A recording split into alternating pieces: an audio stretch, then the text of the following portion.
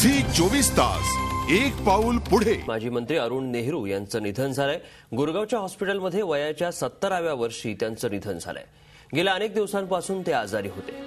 काही दिवसांपूर्वी त्यांना फोर्टिस हॉस्पिटलमध्ये भरती करण्यात आलं होतं। रायबरेली मतदारसंघातून त्यांनी प्रतिनिधित्व केलं होतं। तसंच राजीव गांधी सरकारमध्ये त्यांनी मंत्रिपदही भूषवलं होतं। कोण होते अरुण नेहरू पाहूया।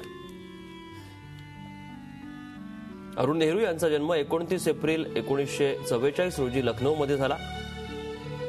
राजीव गांधींचे चुलत भाऊ राजीव गांधी सरकारमध्ये अंतर्गत सुरक्षा मंत्री म्हणून त्यांनी जबाबदारी पार पाडली। 3 वेळा लोकसभेचे खासदार, 7व्या आणि 8व्या लोकसभेत रायबरेली मतदारसंघातून काँग्रेसचं प्रतिनिधित्व केलं। 9व्या लोकसभेसाठी बिल्लोर मतदारसंघाचं प्रतिनिधित्व केलं। व्हीपी सिंग यांच्यासोबत अरुण नेहरू यांनी काँग्रेस पक्ष सोडला।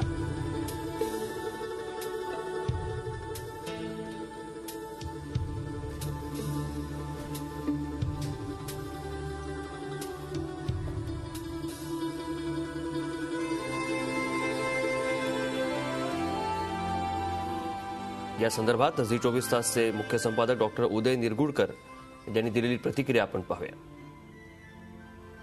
मोतीलाल नेहरू यांचे बंधू नंदलाल नेहरू हे दोघेही गंगाधर नेहरूंचे पुत्र होते आणि त्या नंदलाल नेहरूंचे हे वंशज होते। जसे मोतीलाल नेहरूंचे जवाहरलाल नेहरू, मग इंदिराजी, मग राजीव आणि त्यानंतर आता राहुल अशी जी पिढी आहे, एक शाखा आहे, तशीच एक दुसरी शाखा नंदलालांची होती आणि त्यांचे हे एक वंशज होते। म्हणजे एक प्रकारे राजीव गांधींचे ते चुलत बंधू होते आणि विशेषतः 1984 ला इंदिरा गांधींच्या निधनानंतर राजीव गांधींचे सर्वात निकटवर्ती होते। आज जे अंतर्गत सुरक्षा असं जे खातं आपण बघतो त्या खात्याचे एक प्रकारे ते शिल्पकार होते असंही म्हणता आपल्याला येईल।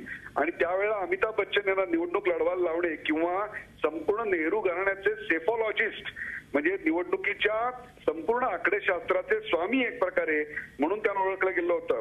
परंतु व्हीपी सिंग यांनी जेव्हा काँग्रेस सोडली त्यावेळेला राजीव गांधींशी मतभेद होऊन ते व्हीपी सिंग यांच्याबरोबर केले आणि त्यानंतर 7व्या लोकसभेमध्ये ते काँग्रेसमधून निवडून आले असले तरी 8व्या आणि 9व्या लोकसभेमध्ये ते जनता दल होते। सध्या ते एक प्रकारे विजनवासात होते।